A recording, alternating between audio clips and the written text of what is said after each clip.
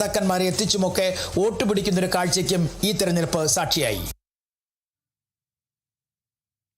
മറ്റൊരു വാർത്തയിലേക്കാണ്. പ്രചാരണ പരിപാടിക്കിടെ വേദി വിട്ടിറങ്ങി BJP സ്ഥാനാർത്ഥി R. ശ്രീലേഖ. കേന്ദ്രമന്ത്രി S. ജയശങ്കർ പേര് പരാമർശിക്കാത്തതിനാലാണ് ശ്രീലേഖ വേദി വിട്ടത്. തിരുവനന്തപുരം മസ്കറ്റ് ഹോട്ടലിൽ വട്ടിയൂർക്കാവിലെ പ്രമുഖ വ്യക്തികളുമായുള്ള കൂടിക്കാഴ്ചയ്ക്കിടെയായിരുന്നു സംഭവം.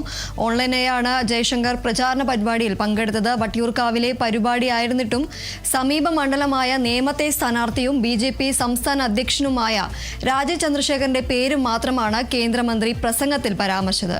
ഇതാണ് ശ്രീലേഖയെ പ്രകോപിപ്പിച്ചത്. സംസ്ഥാന അധ്യക്ഷൻ രാജീവ് ചന്ദ്രശേഖർ പ്രസംഗിക്കുന്നതിനിടെയാണ് ശ്രീലേഖ വേദി വിട്ടിറങ്ങിയത്. പിന്നീട് പ്രവർത്തകർ അനുനയിപ്പിച്ചാണ് ശ്രീലേഖയെ തിരികെ വേദിയിലെത്തിച്ചത്.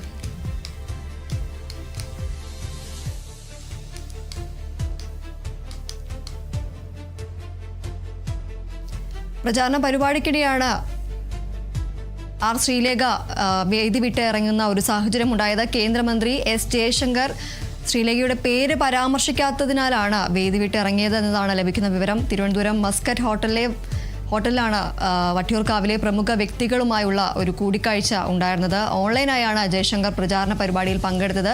വട്ടിയൂർക്കാവിലെ പരിപാടിയായിരുന്നിട്ടും സമീപ മണ്ഡലമായ നേമത്തെ സ്ഥാനാർത്ഥിയും BJP സംസ്ഥാന അധ്യക്ഷനുമായ രാജീവ് ചന്ദ്രശേഖറിന്റെ പേര് മാത്രമാണ് ജയശങ്കർ പ്രസംഗത്തിൽ പരാമർശിച്ചത്. ഇതാണ് ശ്രീലേഖയെ പ്രകോപിപ്പിച്ചത്. സംസ്ഥാന അധ്യക്ഷൻ രാജീവ് ചന്ദ്രശേഖർ പ്രസംഗിക്കുന്നതിനിടെയാണ് ശ്രീലേഖ വേദി വിട്ടിറങ്ങിയത്. പിന്നീട് പ്രവർത്തകരാണ് ശ്രീലേഖയെ അനുനയിപ്പിച്ച് തിരികെ വേദിയിലെത്തിച്ചത്.